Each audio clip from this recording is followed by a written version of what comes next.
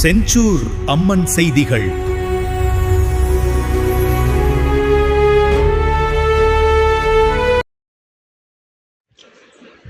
வணக்கம். தேர்தல் வாக்குறுதிப்படி விவசாயிகளின் பயிர்க்கடனை தமிழக அரசு முழுமையாக தள்ளுபடி செய்ய வேண்டும் என வலியுறுத்தி விவசாயிகள் மாவட்ட ஆட்சியர் அலுவலகம் முன்பு முற்றுகை போராட்டத்தில் ஈடுபட்டதால் பரபரப்பு ஏற்பட்டது.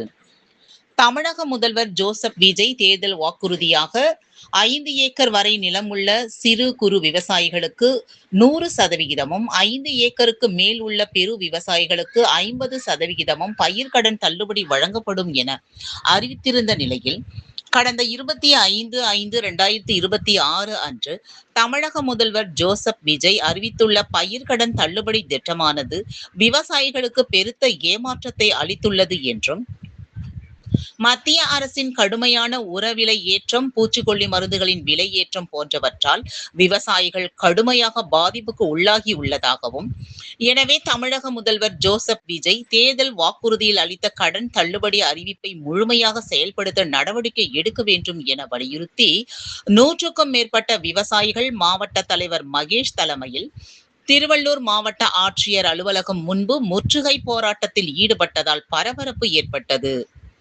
இதில் மாவட்ட செயலாளர் ஜெயம் ரமேஷ், மாவட்ட பொருளாளர் ஸ்ரீதர் உள்ளிட்ட விவசாயிகள் பலர் இதில் கலந்து கொண்டனர். பேட்டி